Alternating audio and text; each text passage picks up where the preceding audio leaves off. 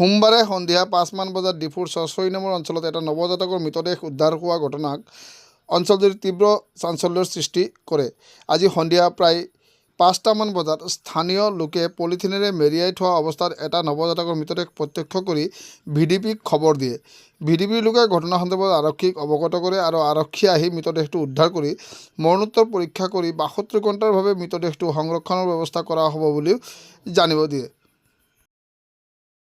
ধৰম Singh ৰংহাংগাঁও বিডিবিৰ president baking চৰচৰী এই ৰাস্তাৰ কাষত মই নৱদ এটা কেঁচুৱা পাইছোঁ, মতলব আজি জনম 5টা বজাত পাইছোঁ। পাই কিনে আমি দেখিছোঁ, লোকে দেখিছে, দেখি কিনে ইয়াতে হাল্লা কৰিছে। তাৰপিছত মই আহিছোঁ, আহি কিনে দেখিছোঁ সেই কেঁচুৱাটো মই চাই কিনে তাৰপিছত আমি এই আৰক্ষীৰ পালে আমি খবৰ কৰিছে, সিহঁতৰ আহিছে, আহি কিনে দেখিছে। এতিয়া ৰিপৰ্টাৰবিলাকো আহিছে। কোনে পালাইছে এইটো মই নাজানো। বস্তুটো বেগত আছে। এইখিনি মই একটা বস্তু পাইছে, গাড়ীৰ চিন আছে, চক্কাৰ চিন আছে। সেই চক্কাৰ চিনটো এইটো মই ভাবিছে এইটো গাড়ীৰ পৰা আনি কিনে পালাইছে নেকি, এনেকাই ভাৱনা হৈছে।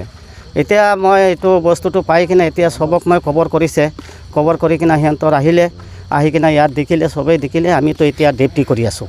আমি বিডিবিৰ মানুহ হয়, মই বিডিবিৰ প্ৰেচিডেণ্ট হয়, মোৰ নাম আব্দুল কালাম হয়।